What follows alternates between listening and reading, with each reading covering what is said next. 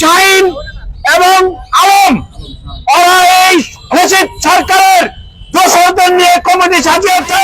এই ভুয়া শাহিনকে অবিলম্বে ও আলমকে প্রত্যাহার করে আমি জানাচ্ছি ফতুল্লা থানা কৃষক দলের পক্ষ থেকে বহিষ্কারের কমিটি বাতিল জানাচ্ছি। আমি নারায়ণগঞ্জ জেলা কৃষক দলের সাবেক যুগ্ম আহ্বায়ক, ফতুল্লা থানার কৃষক দলের সাবেক আহ্বায়ক এবং রানিং ফতুল্লা থানা বিএনপি কৃষি বিষয়ক সম্পাদক আমি আমির হোসেন ব্যাপারী 28 থেকে শুরু করে 5 আগস্ট পর্যন্ত আমার নামে 12টি মামলা হয়েছে। আপনারা জানেন এই শাহিন এবং আলম ওরা এই ফ্যাসিস্ট সরকারের দোষরদের নিয়ে কমিটি সাজিয়েছে। ইতিপূর্বে আমার ফতুল্লা 5টি ইউনিয়নের নেতৃবৃন্দ এখানে উপস্থিত হয়েছেন।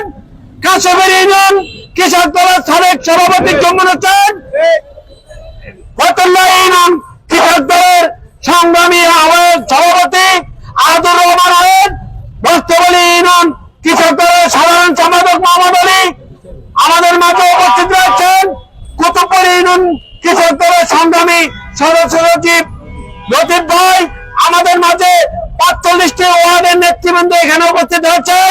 আমার সবাই এখানে তারা আমার এই 4 বছরের আন্দোলন সংগ্রামে আমরা সর্বোচ্চ ভূমিকা রেখেছি। আমি নিজে মামলা খেয়েছি। 28 তারিখে আমার বস্ত্রবলী ইউনিয়ন কৃষক দলের সহসভাপতি জাকিরকে নিখোঁজ করা হয়েছে।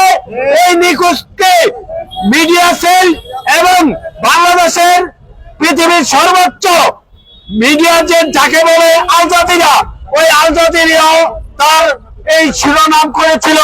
আপনারা জানেন আমাদের কি অপরাধ, আমাদের একজন তৃণমূল কর্মীকেও এই টিমে রাখা নাই।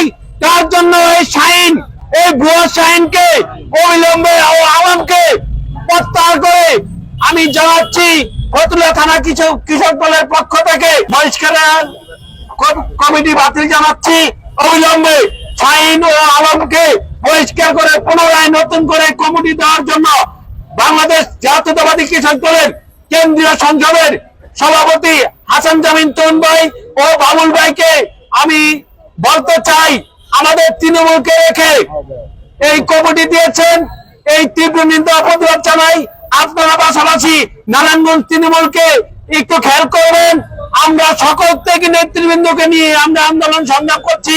আগামীতে কেন্দ্রে আমরা অবস্থান নেব এই আশা ব্যক্ত আমার বক্তব্য শেষ করলাম। আল্লাহ হাফেজ। বাংলাদেশ জিন্দাবাদ, বাংলাদেশ জাতীয়তাবাদী দল জিন্দাবাদ।